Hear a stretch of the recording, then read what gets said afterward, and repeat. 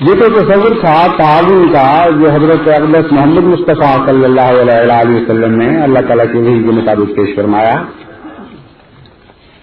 اور پھر فرمایا تعاونوا علی البر والتقوی، کہ کوئی بھی تم مذہب رکھتے ہو اس سے کوئی غرض نہیں، خدا کو واحد سمجھتے ہو یا نہیں سمجھتے، لیکن نیکی پر تو تعاون کرو، کیونکہ نیکی کا تعاون تو تمام انسانوں کے درمیان ایک قدر مشترک ہے۔ لیکن اس تعاون کے جواب میں احادیث سے ہمیں یہ پتہ چلتا ہے کہ کفار مکہ نے ایک تعاون کی عجیب راہ تلاش کی۔ ان کا بگڑا ہوا تعاون کا تصور یہ تھا کہ قدر اشتراک میں تعاون نہیں بلکہ قدر اختلاف میں تعاون ہونا چاہیے۔ کچھ ہم تمہارے خدا کی عبادت کرتے ہیں، تم کچھ ہمارے خداؤں کی عبادت کرو، کچھ تم اپنے سچ کو مانو، کچھ ہمارے جھوٹ کو مانو، اور اسی طرح ہم بھی کچھ تمہارے سچ کو مانیں گے، کچھ اپنے جھوٹ کو مانیں گے۔ یہ عجیب و غریب تعاون کا بگڑا ہوا تصور ہے۔ ایک ہی وقت میں مکے سے یہ جو تعاون کے اعلانات ہو رہے تھے، پھر اس متوازن صورتحال کا ایک عجیب منظر یہ نظر آتا ہے کہ عرب کی واضح اکثریت نے یہ فیصلہ کیا کہ حضرت محمد مصطفیٰ صلی اللہ علیہ وسلم اور آپ کے ماننے والوں کے دین کا نام ہم رکھیں گے، کیونکہ ہم واضح عددی اکثریت رکھتے ہیں، یہ ہمارا حق ہے کہ ہم ان کے دین کا نام رکھیں۔ اور جہاں تک حضرت محمد مصطفیٰ صلی اللہ علیہ وسلم اور آپ کے غلاموں کا تعلق ہے، ان کا یہ نظریہ تھا کہ ان کو یہ بھی حق نہیں کہ اپنے دین کا نام رکھیں، کیونکہ اس جرم میں ان کو طرح طرح کی اذیتیں دی جاتی تھیں کہ تم اپنے آپ کو مسلمان کیوں کہتے ہو، اور ان کا نام صابی رکھا گیا۔ چنانچہ ابو امامہ بہلی نے جب اسلام قبول کیا اور اپنی قوم کی طرف واپس لوٹے تو روایت آتی ہے کہ ان کی قوم نے ان سے کہا بلغنا انک استبوتا الی ھذا الرجل، کہ ہمیں تو یہ اطلاع ملی ہے کہ تو صابی ہو گیا ہے۔ لیکن اس کے باوجود اس کے کہ مسلمان اقلیت جانتی تھی کہ ہمارا مسلمانی کا دعویٰ ان کو پسند نہیں ہے، پھر بھی وہ اپنے آپ کو مسلمان ہی کہتے رہے۔ چنانچہ حضرت ثمامہ بن اسال کا جواب یہ تھا، جب ان سے شادی کا ان کو کہا گیا کہ تم شادی ہو گئے ہو، انہوں نے کہا نہیں، میں تو محمد رسول اللہ صلی اللہ علیہ وسلم کے ساتھ مسلمان ہوا ہوں۔ حضرت ابن عمر روایت کرتے ہیں کہ جب میرے باپ عمر مسلمان ہوئے تو انہوں نے کہا ہے قریش، تم میں سے کون ہے جو میری اس بات کا اعلان لوگوں میں کر دے کہ میں مسلمان ہو گیا ہوں؟ انہیں بتایا گیا کہ جمیل بن معمر میں یہ خوبی ہے کہ وہ بات سنتے ہی مجتہد کر دیتا ہے۔ چنانچہ حضرت عمر رضی اللہ تعالیٰ عنہ جمیل کے پاس تشریف لے گئے اور جا کر اس کو بتایا کہ میں مسلمان ہو گیا ہوں۔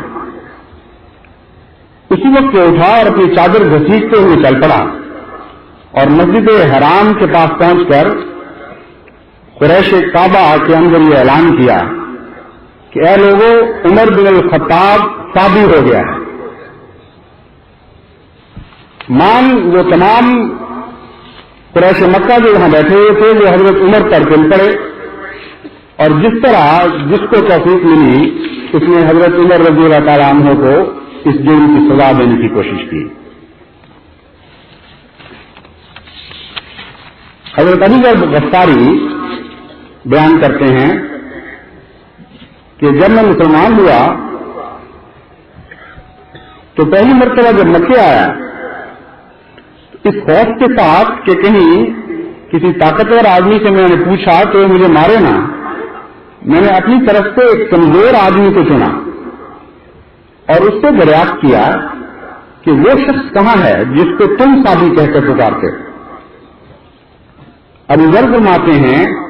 کہ اس نے میری طرف اشارہ کیا اور شور مچا دیا کہ صابی ہے، یہ صابی ہے۔ اہل وادی مجھ پر ٹوٹ پڑے، اینٹ پتھر روڑے اور ہڈیوں کے ساتھ مجھے اتنا مارا کہ میں ہوش و حواس کھو کر جس طرف سر اٹھا بھاگ پڑا۔ بس یہ دو متقابل مناظر بھی ہمیں نظر آتے ہیں، جب قدریں بگڑتی ہیں، جب تصورات بدل جاتے ہیں، جب عقلوں پر پردے پڑتے ہیں، تو اس وقت نور نبوت کے مقابل پر کھڑے ہونے والوں کی یہ کیفیات ہو جایا کرتی ہیں۔ یہاں تک ظلم ہوا حضرت اقدس محمد مصطفیٰ صلی اللہ علیہ وآلہ وسلم اور آپ کے ماننے والوں کے ساتھ کہ کلمہ پڑھنے سے روکا گیا۔ قرآن کریم فرماتا ہے وَإِذَا ذُكِرَ اللَّهُ وَحْدَهُ اشْمَأَزَّتْ قُلُوبُ الَّذِينَ لَا يُؤْمِنُونَ بِالْآخِرَةِ وَإِذَا ذُكِرَ الَّذِينَ مِن دُونِهِ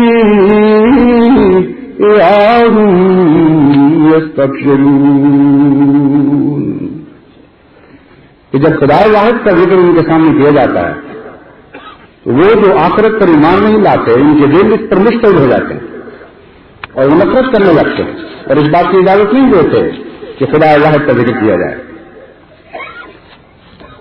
حضرت زبیر بن عوام قبیلہ اسد سے تعلق رکھتے تھے، ایک جوان مرد آدمی تھے۔ جب حضرت اقدس محمد مصطفیٰ صلی اللہ علیہ وآلہ وسلم پر ایمان لائے اور کلمہ شہادت پڑھا تو اس جرم میں ان کے ظالم چچا ان کو چٹائی میں لپیٹ کر ان کے ناک میں آگ کا دھواں لیا کرتے تھے اور توبہ کے لیے اصرار کرتے تھے،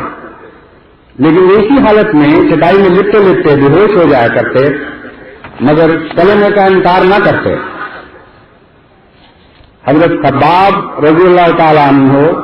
لوہار تھے، ایک غریب غلام تھے، تلواریں بنایا کرتے تھے۔ جب آپ نے حضور صلی اللہ علیہ وآلہ وسلم کی رسالت اور اللہ تعالیٰ کی وحدانیت کا اعلان کیا تو اس جرم میں ان کی مالکہ نے اسی بھٹی سے جس کو وہ تافا کرتے تھے گرم گرم لوہے کی سلاخیں نکالی اور آپ کے جسم کو ان سے داغا اور اسی طرح کرتی رہی، لیکن راوی بیان کرتے ہیں کہ وہ کبھی اپنے مقصد میں کامیاب نہ ہوئی۔ خباب بے ہوش تو ہو جایا کرتے تھے مگر توحید باری تعالیٰ یا رسالت محمد مصطفیٰ صلی اللہ علیہ وآلہ وسلم کا انکار نہیں کرتے تھے۔ حضرت بلال رضی اللہ تعالیٰ عنہ پہلے اسلام لانے والوں میں سے تھے اور ان مظلومین میں سے تھے جن پر طرح طرح کے مظالم توڑے جاتے اور مجبور کیا جاتا کہ کسی طرح توحید باری تعالیٰ کا انکار کر دو۔ ابھی جہل کے متعلق آتا ہے کہ وہ آپ کو منہ کے بل گرا دیتا، تیز دھوپ میں اوپر چکی رکھ دیتا تاکہ دھوپ اسے خوب گرم کرے اور کہتا کہ اب محمد اور محمد کے رب کا انکار کرو، مگر بلال نیند بےہوشی کی حالت میں یوں فرمایا کرتے احد احد احد احد، وہ ایک ہے اور اس کا انکار میری زبان سے ممکن نہیں ہے۔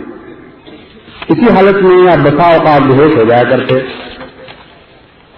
حضرت بلال کے متعلق لکھا ہے بہت سچے اور پاک دل تھے، ابو جہل کی طرح امیہ بن خلف بھی آپ کو باہر لے جاتا۔ جس وقت دوپہر کی دھوپ چلچلاتی اور ریت خوب گرم ہو جاتی